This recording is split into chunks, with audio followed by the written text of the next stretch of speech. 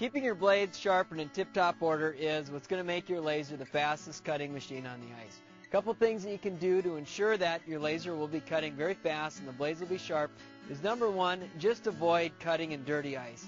And what I mean by cutting in dirty ice would be drilling a hole in an area where there's been a bunch of trucks throughout the course of the winter, the favorite crappie hole, that grit and that grime from the trucks falls off on the ice and you go drill through that stuff.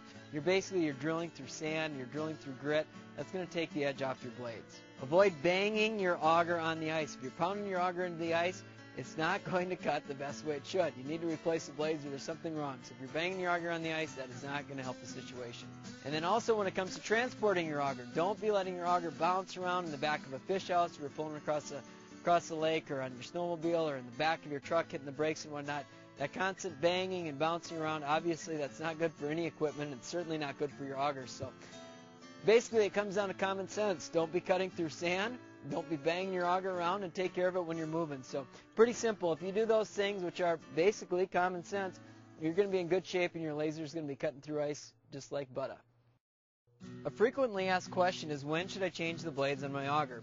Well, it's really simple. If your auger is not cutting, you need to change your blades. Or if you're pushing down really hard on the auger, you need to change your blades. Remember that the laser augers don't need downward pressure to cut. If you got the auger going, just simply the weight of the auger is enough to drill through the ice. So if you're applying a lot of pressure, you're going to need to change your blades. So to check your blades, if your auger's not cutting, it's pretty simple. There's some obvious things that could be wrong with the blade. For example, you actually might have a couple chunks of the blade missing if you maybe hit some rock or some really hard grit that happened to be out on the ice. Or you really want to look for a rollover. And you'll notice it if you pull the auger blade off and you have the stamping legible. You can run your finger or run your thumb over the edge of that blade. Now, if you feel a rollover on the blade, you feel a little bit of a burr or whatnot, that means that the blade is dull. It means it's been damaged, so that is when it's time to replace the blade. Another thing you can look for on the blades to see if they're damaged or not is the top side, the side that does not have the stamping legible. In between each of the serrations, you'll see a fillet knife type of edge, a very fine edge like you'd see on a knife. Now, if that's dull or there's nicks in it or whatnot, you'll be able to see that. It's really quite simple to see. It's a very fine edge. Hold it in a bright light, you'll see it.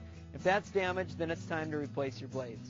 So when it comes to replacing the blades, a couple of key things to look for then are look for the rollovers and look in between each of the serrations to ensure that there is a fillet knife style edge to it. If there's a problem with either one of those, it's probably time to change it. So just keep that in mind. If your auger's not cutting well, that's probably the first thing you're going to want to look for.